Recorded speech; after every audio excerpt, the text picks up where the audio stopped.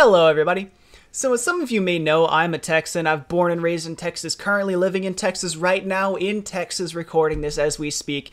You know, we've been going through a lot as a state within the past couple days. You might maybe see it if I end up turning my head. My hair is freshly damp and dried.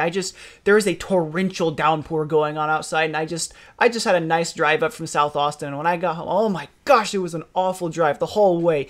Awful, horrible rain the whole time, could barely see. Got out of my house, came inside, absolutely drenched. We are having like flood after flood, day after day. I have had a flash flood warning pop up on my phone for like every hour of every day for the past like 3 days. But that doesn't really mean anything in regards to this video, just to establish that I live in Texas and it's been raining and I love it. I love it. I'm a big rain fan, but that's not what we're talking about. That's what we're talking about. We're talking about politics. Now, this is not a political channel. I mean, it might become one. I don't know. I'm a really political person. I stay up to date on a lot of stuff. And with this instance, this is something that there is to stay up to date with. So recently, yesterday, I believe it was yesterday, if I remember correctly, the Big Beautiful Bill was signed into law. And one of the big beautiful things about the Big Beautiful Bill, the big booty bill, okay, I'm not a fan of it, let's be real here, is that my good Senator Ted Cruz of Texas, the same Ted Cruz who decided that we needed to sell off our Wi-Fi speeds to AT&T, right, has decided that in addition to that, we are going to use the Big Beautiful Bill to steal the Space Shuttle Discovery from the Smithsonian. Now, if you know anything about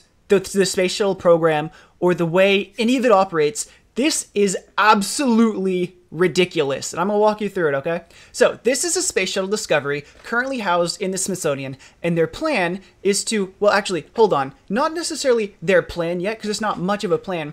What the Big Beautiful Bill is, so far, is it's a budget bill. It is for how we're going to move forward managing the United States budget. So it's not necessarily something that they can say, hey, you're going to move this to Texas, all right? They can't say that in the bill. What they can say, though, is we are going to dedicate $85 million out of the $10 billion budget to NASA specifically for moving this space shuttle. That is what that money has to be used for. And if they don't use it to move that, I don't know whose pocket it goes into, I'm going to be honest, or if it goes into a pocket, but like it's going somewhere. And it's most likely going into a pocket after you look at all the other stuff that surrounds what's happening to this spacecraft. So that's the plan. $85 million to move this from the Smithsonian to Houston, Texas. Houston, specifically, because it is called the Bring the Space Shuttle Home Act. And Houston, specifically, because the act that they placed this budgetary change into is called the Bring the Space Shuttle Home Act, because, if y'all remember, Houston is where the Space Center was, where they interacted with the space shuttles as they went to and from space. That was where Mission Control was located. Now, there's a pretty big problem with this $85 million that they want to spend to bring Discovery home. And that's that the National Air and Space Museum says moving Discovery would cost between $200 million and $300 million. Out of $85 million, $300 million out of $85 million, that's not even a third. It might be not even a half, depending on however much it's going to cost. This is not enough. They just can't do it. There we go. Nail in the coffin. Can't do it. Done. The money is going to go somewhere else now. On top of that, that makes it even worse. That's just how much it would cost to move it regularly. On top of that problem, the two Boeing 747 shuttle carrier aircraft have been decommissioned and are themselves on display at museums. Here's one of them on display in California, and here's the other one at the Houston Space Center. Now, keep in mind, that on top of it, that's currently at the Houston Space Center, is a replica of the space shuttle, okay?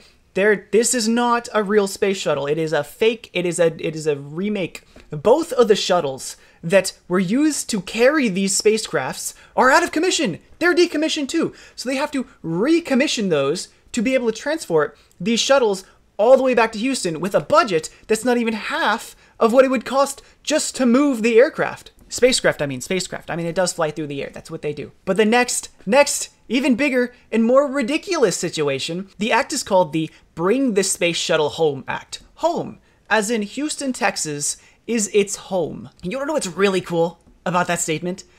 All space shuttle missions were launched from the Kennedy Space Center in Florida. They were launched in Florida! They never came to Texas!